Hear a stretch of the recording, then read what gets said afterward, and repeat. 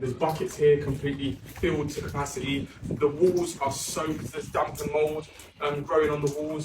And Lewisham Homes have done absolutely nothing. كوادجو توينبوا أصبح بطلا في نظر الفقراء وأصحاب الدخل المحدود في بريطانيا، حيث يجوب منذ 2021 البلاد بحثا عن البيوت غير الملائمة للسكن، ويوثق ظروف العيش الصعبة لعدد من البريطانيين على مواقع التواصل الاجتماعي، أملا في تحسينها. I myself grew up in social housing and I grew up in very, very poor conditions. In my home, for example, I had cockroaches, mice, damp, mold, a missing ceiling for winter, a kitchen that was nearly 100 years old that was so damp it was falling to bits and infested with wood lice, poor security to the house. And we were ignored. We were ignored by our landlord for many months, if not years. And my dad became ill in this property. He was diagnosed with cancer, esophageal cancer, and he was receiving medical treatment in those sorts of conditions. And our landlord simply didn't care. So what I did was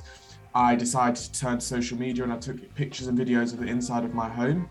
And I uploaded them onto social media. It went viral. This is the tenant's cooker that they're expected to use. 2 young children here. Lewisham's aware of it. And this is how they're having to live. رسائل كوادجو توينبوا تنجح أحيانا في دفع أصحاب العقارات والبيوت إلى القيام بأشغال لتهيئتها بعد عقود من الإهمال المتعمد أحيانا.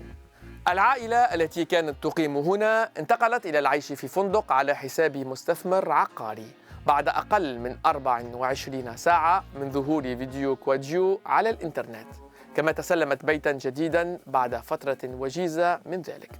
This is a tenant I've spoken to in Liverpool who's had his home completely flooded between 25 and 30 times. I've been into homes that have been flooded with raw sewage and tenants are forced to live in it. You name it, I've seen it. I've taken people to hospital because part of a ceiling had collapsed on a lady as she was dishing up and serving her dinner in her kitchen. There was a disabled tenant, for example, a disabled man that went nearly a year without a toilet in his property because they wouldn't come and fix it. This is the worst case I've seen in terms of damp and mould. And sadly, in the UK, we see time and time again, every now and again, a story crop up where people are dying in their homes as a result. Recently, a 2-year-old boy died as a result of living in a home filled with damp and mould, and his parents had been complaining since before he was alive, and they actually found mould in his lungs and in his blood too.